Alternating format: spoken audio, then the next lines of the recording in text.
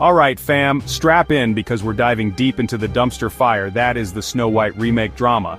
Disney's Snow White remake was supposed to be a magical revival of a timeless classic, but instead, it turned into one of the most criticized remakes in recent years.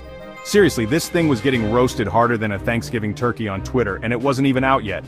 What went wrong? Why did it fail before even hitting theaters for many fans? Today, we're breaking it all down, and trust me, it gets messy.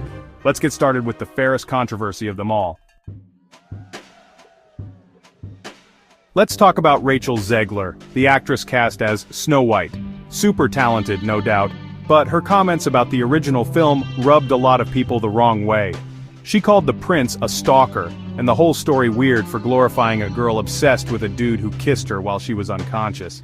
Okay, valid points, but also, this is a fairy tale from almost a century ago. Did she really need to trash the OG to hype up the remake? Fans didn't think so. It felt disrespectful, especially to those who grew up with the animated classic. It felt like she was looking down on the original, and that didn't sit well with a lot of people. It created this narrative of, is this movie going to be another one of those remakes that tries to fix something that wasn't broken? Not the best look, especially when you're trying to win over a skeptical audience. Okay, this one is a whole other level of complicated. So Disney decided to address the whole dwarfs thing, by not having dwarfs at all. Instead, they cast actors of different heights and ethnicities, which sounds good on paper, right? Promote diversity, avoid stereotypes, all that jazz, but the execution? Not so much. First off, the term dwarfs itself is a point of contention. Many people with dwarfism find it offensive, preferring little people instead. So, Disney was kinda stuck between a rock and a hard place. Then there's the fact that they replaced the iconic seven dwarfs with, well, we don't even know what to call them. They haven't really explained their roles or backstories, so it just feels like they're trying to erase the original characters without offering a compelling alternative. And honestly, it feels kinda tokenistic, like, look at us, we're so woke we got rid of the dwarfs and replaced them with a diverse group, but without any real thought or sensitivity. Chapter 3. Let's be real. The original Snow White is pretty much the definition of a damsel in distress. She cooks and cleans for 7 dudes, gets tricked by an evil queen, and needs a prince to save her. Not exactly a feminist icon, right? So, Disney decided to give Snow White a modern makeover, making her more independent and less reliant on men. Which, again, sounds good in theory. I mean, who doesn't love a strong female lead, but the problem is it feels forced. Like they're trying to cram this modern girl boss narrative into a story that doesn't really support it. And honestly, it makes you wonder, why even bother with the remake at all? If you're going to change everything that made the original unique, why not just create a whole new story with a strong female lead? It's like they're trying to have their cake and eat it too, appealing to both nostalgic fans and the so-called woke crowd, and, well, ending up pleasing no one.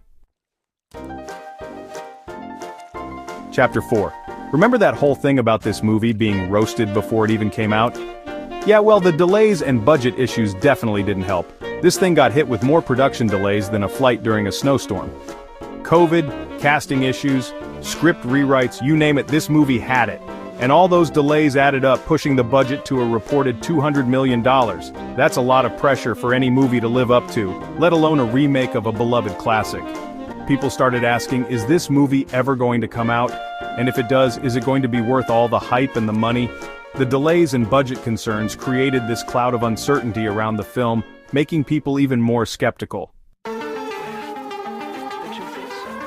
Chapter 5. Let's be honest, Disney has been on a live-action remake spree lately.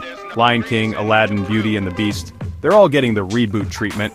And while some of them have been successful, it's starting to feel a little tired. Like, are they seriously out of original ideas? Do they really need to keep rehashing the same old stories? The Snow White remake just feels like another symptom of this larger problem. It's like they're banking on nostalgia to carry the film, hoping that people will flock to theaters just because it's Snow White, but audiences are getting savvier.